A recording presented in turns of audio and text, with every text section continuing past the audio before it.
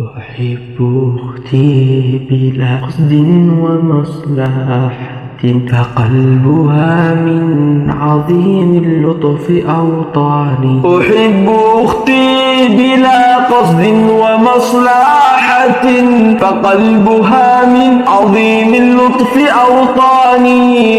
إن كان عائلتي بستان مملكتي، فالأخت في داخل البستان ريحان. أقول أختي أعلي الصوت مرتفعا، أنا أخوها ومن فخري لي الشان. والأخت نبض لطيف في جوارحنا، فالأخت روح وخفاق ووجدان.